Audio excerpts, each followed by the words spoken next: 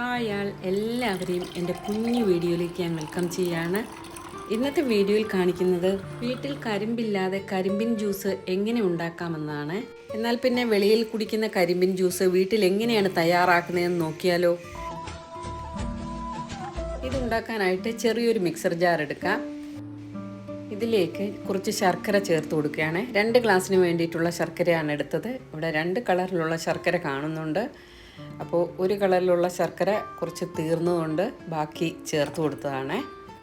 ഇനി ഇതിലേക്ക് 1/2 സ്പൂൺ ജീരകവും അതുപോലെ ഒരു ചെറിയ കഷ്ണം ഇഞ്ചി ചെറുതായി നുറുക്കിയതും കൂടെ ചേർത്ത് കൊടുക്കാം. ഇനി കുറച്ച് പുതിനയില കൂടി ചേർത്ത് കൊടുക്കാം. ഇത് ഉണ്ടാക്കുമ്പോൾ പുതിനയിലയുടെ അളവ് കൂടരുത്, അപ്പോൾ മിൻറ്റ് ജ്യൂസിൻ്റെ ഒരു ടേസ്റ്റ് വരും. ശർക്കരയുടെ രുചിയായിരിക്കണം മുൻപിട്ട് നിൽക്കേണ്ടത്. ഇനി ഇതിലേക്ക് കുറച്ച് വെള്ളം ഒഴിച്ച് അരച്ചെടുക്കണം. വെള്ളം കൂടരുത്, വളരെ കുറച്ച് വേണം ഒഴിക്കേണ്ടത്, എന്നാലേ നന്നായിട്ട് അരഞ്ഞു കിട്ടുകയുള്ളൂ. ഇതാ ഇവിടെ അരച്ചെടുത്തിട്ടുണ്ട്. ഇനി ഇത് ഒരു പാത്രത്തിലേക്ക് അരിച്ചൊഴിക്കണം. കാരണം ഇതിൽ അറിയാതെ കിടക്കുന്ന ശർക്കരയുടെ കഷ്ണങ്ങളും അതുപോലെ മിൻറ്റിൻ്റെ തരികളുമൊക്കെ കാണും. അതുകൊണ്ട് അരിച്ചെടുക്കുന്നതാണ് നല്ലത്.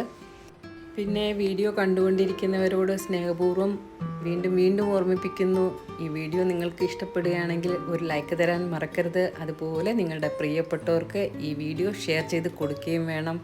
നമ്മുടെ വീട്ടിലുള്ള ഇൻഗ്രീഡിയൻസ് വെച്ച് തയ്യാറാക്കുന്ന ഈ ജ്യൂസ് ഈ ചൂടുകാലത്ത് കുടിക്കുന്നത് വളരെയധികം നന്നായിരിക്കും. ദാഹം മാറാനും ക്ഷീണം മാറാനും ഒക്കെ ഇത് സഹായിക്കും. കൂടാതെ തന്നെ ഇത് കുടിക്കുമ്പോൾ വയറിലുള്ള പ്രശ്നങ്ങൾക്കൊക്കെ നല്ലൊരു ഗുണമാണിത് കിട്ടുന്നത്. കാരണം വളരെ ഹെൽത്തിയായ ഇൻഗ്രീഡിയൻസാണ് ഇതിലേക്ക് ചേർത്തിരിക്കുന്നത്. ഇതാ ഇവിടെ ആദ്യം ഒഴിച്ചത് അരിച്ചെടുത്തിട്ടുണ്ട്. ഇനി ഇതിലേക്ക് ജാറ് കഴിയ ശകലം വെള്ളം കൂടി ഒഴിച്ചു കൊടുക്കാം. ജാറിൽ നേരത്തെ അരച്ചതിൻ്റെ ശർക്കരയും ബാക്കി ഭാഗങ്ങളും ഒക്കെ ഉണ്ട്. അപ്പോൾ അത് വേസ്റ്റ് ചെയ്യേണ്ട, അതും കൂടെ ഒഴിച്ച് അരിച്ചെടുക്കാം. ഇതാ ഇവിടെ അരിച്ച ജ്യൂസ് ഇത്രയും കിട്ടിയിട്ടുണ്ട്. ഇനി ഇതിലേക്ക് 2 ഗ്ലാസ് തണുത്ത വെള്ളം ഒഴിച്ചു കൊടുക്കാം. കൂടാതെ ഇത് ഫ്രിഡ്ജിൽ വെച്ച് തണുപ്പിച്ചെടുക്കാവുന്നതുമാണ്.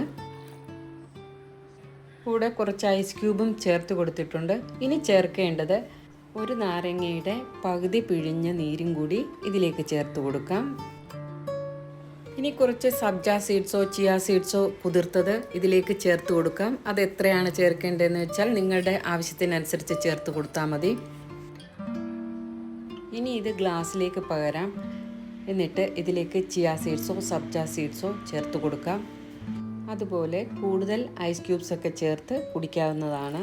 ഇത് നമ്മൾ വെളിയിൽ നിന്ന് വാങ്ങി കുടിക്കുന്ന കരിമ്പിൻ ജ്യൂസില്ലേ, അതുപോലെയാണ് തയ്യാറാക്കിയിരിക്കുന്നത്. ഒരു പ്രാവശ്യം ഉണ്ടാക്കി കുടിച്ച് നോക്കിയാൽ ഇഷ്ടപ്പെടുന്ന ഈ കരിമ്പിൻ ജ്യൂസ് വീണ്ടും കുടിക്കണമെന്ന് തോന്നും. അപ്പോൾ ഇഷ്ടമുള്ളവർ തയ്യാറാക്കി നോക്കുക. പിന്നെ വീഡിയോ ലൈക്ക് ചെയ്യാൻ മറക്കരുത്, അതുപോലെ ഷെയർ ചെയ്യാനും. ഇനിയൊരു പുതിയ വീഡിയോ വരുന്നവരെ എല്ലാവരോടും ബൈ.